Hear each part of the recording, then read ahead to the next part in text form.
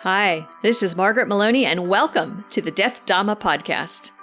Open and honest discussions with wise and skillful teachers about their experiences with life, death, and Buddhism. If you wonder how others on the path have dealt with death and dying and grief, then be sure to listen in. Everybody has a story, a perspective, and a valuable lesson to share. Embrace death, live a full life, and learn how to love impermanence. Because as my dear father used to say, nobody gets out of this alive. I'm so glad that you are here to share Death Dhamma ahas with me, today specifically discussing my conversation with Mary Stancavage.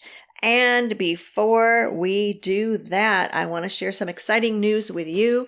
And that news is that my next book is coming to you in September, and it is based on these amazing discussions that we are having on the podcast. And the book is called Sitting with Death, Buddhist Insights to Help You Face Your Fears and Live a Peaceful Life. And it incorporates thoughts that have come up on the various discussions, lessons learned, and more. I am looking forward to sharing that with you. And since I've reached this milestone where I know that it's coming out in September, I wanted to let you know. Now, Death Dhamma ahas based on speaking with Mary Stancavage. There's something that Mary told me. She said that she has a lens that she uses to view the world, to view her life, and that is to have an undefended heart. And what she means is being open to whatever shows up. And perhaps in this case, we can say to who shows up. Because I am a person who showed up. We didn't know each other before we had a chance to discuss death with one another. And she was open to me. I showed up and asked her, and she said, I would love to do this. This is my favorite topic. We'll come back to that. Because she lives life with an undefended heart. And that also means being vulnerable. And certainly, as you listen to Mary speak during her episode on the podcast, she's very calm and very open and really coming from a place of, here's my experience, here's what I've learned. She's not hiding anything. She's not posturing. She is living her lens of having an undefended heart. And that's very refreshing, especially as she points out that we've been taught to armor ourselves, right? We have things, constructs that we put up around ourselves. Maybe when we go to speak to certain people or we go into certain situations, we feel, like to go back to Star Trek, if you'll let me, we put our shields up. But her recommendation is live with shields down. And this reminds me quite a bit of when I spoke with Venerable Karma Lekshe Somo, and she talked about keeping an open heart. It's very important for us, whether we are experiencing grief or just skipping along through life, to really have this openness and to be aware of what arises for us and what we sit with. That's really the path to the peaceful life. Mary has some distinct experiences with death because she has worked as an archaeologist. Really what that helped me realize as she was explaining it to me is that it's one thing to know death. Like she knew death. She was on archaeological digs in the Middle East. She saw ancient skeletons and bodies. That was part of her work. But that's not the same thing as knowing death from your loved one. And that's not the same thing as recognizing or realizing grief. She loves this topic because she, at one point, went through a program that's called A Year to Live. Now she leads A Year to Live. She's done so 8 or 9 times, and this program is all about entering into the scenario of, this is your last year on earth. What are you going to do? And throughout the year in the program, there's really such an opportunity to investigate your feelings around death so you can handle it, from the emotional aspect and also from some of the practical aspects. Another place where she has her open heart and her vulnerability is she just says that she is a person who has been in recovery, just like Dave Smith was open to us during his discussion on the Death Dhamma podcast. And what that means for her is that her experiences with grief were different.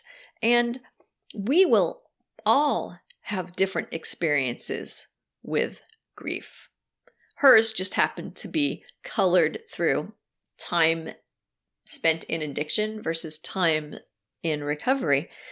And time spent in addiction meant ignoring, stuffing down the feelings so that they could come back to her later while she sat in meditation.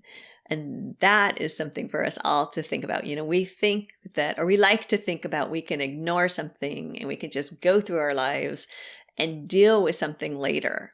But I think when we have those moments where we think, like Scarlett O'Hara in Gone with the Wind, after all, tomorrow is another day, we're not truly thinking it through that tomorrow may come. The day will come where whatever it is we've stuffed down, it's coming up. It's coming up. And a lot of times where it comes up is in meditation. And this is a good thing.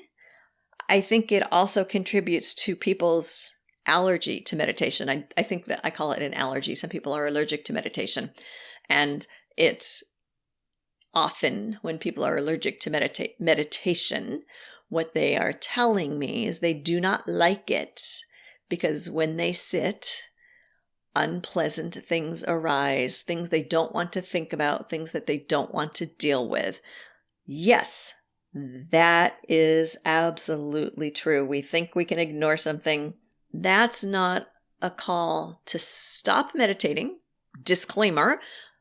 If you are meditating and you are extremely in distress, then yes, you should bring yourself out of it. And that's a great opportunity to speak with a therapist and an excellent Dharma teacher.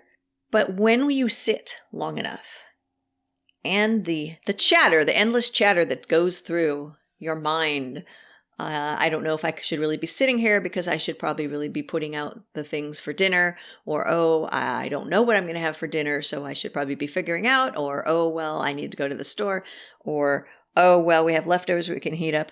All those chatter things. When you sit and meditate long enough and the chatter stops, that's when it gets interesting, right?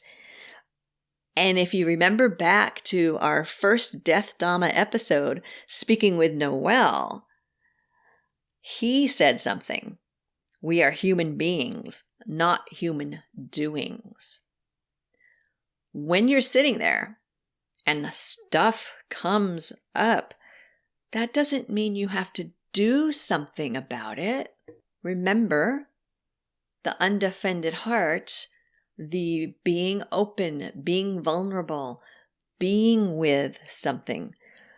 We can be with sadness. We can be with grief. We can be with anger. We do not have to be those things. What we feel, what comes up for us when we're sitting on the cushion isn't always a call to action. In fact, mindfulness, the term mindfulness, most of us really look at and understand that being aware, let's be mindful, being mindful of what is arising as I'm meditating. But mindfulness also means being with something. There's a phrase that Mary said to me that I want to share with you now. Standing in deep intimacy with our experience without preference. She's talking about equanimity, right? Deep intimacy with our experience without preference. We don't want to hurt. We don't want to go through grief. We don't want to feel sad. But again, you don't have to be it, and you don't have to treat this like some meditation grief challenge competition. We're not striving to achieve oneness with grief. We are being with grief, and we are seeking to normalize death and grief and sadness in our lives. So instead of stuffing it down and ignoring people who are going through a difficult time in their lives, what if we just let it all out in the open and acknowledge that this is a normal part of life? It is a normal part of life. Every day while you're going about your business, you could be in the store and the person who walks past you could have just lost someone they deeply love, or they could have just received a terminal illness diagnosis, or they could have lost someone 3 months ago and they just walked past their loved one's favorite ice cream and now they're crying. That is all normal stuff. This is how we go through our lives. We don't want to stuff that down and hide it. When we say you don't have to be it and you don't have to strive to achieve oneness with grief, and that it's not some like grief, jumping the grief hurdles competition. It's not about being indifferent. It is about kind of hitting the pause button and observing it. Hitting that pause button. Oh, this is difficult. Oh, this is what it means to be sad. Oh, I'm a little bit angry that this person has left me. Oh, I'm a little bit relieved that I didn't have to go to the funeral. All those things. Just observe it. And I think one of the most important recommendations for life, grieving or not, be kind to yourselves. This has been the Death Dhamma podcast with Margaret Maloney. Thank you for being here. Your reviews and comments are greatly appreciated.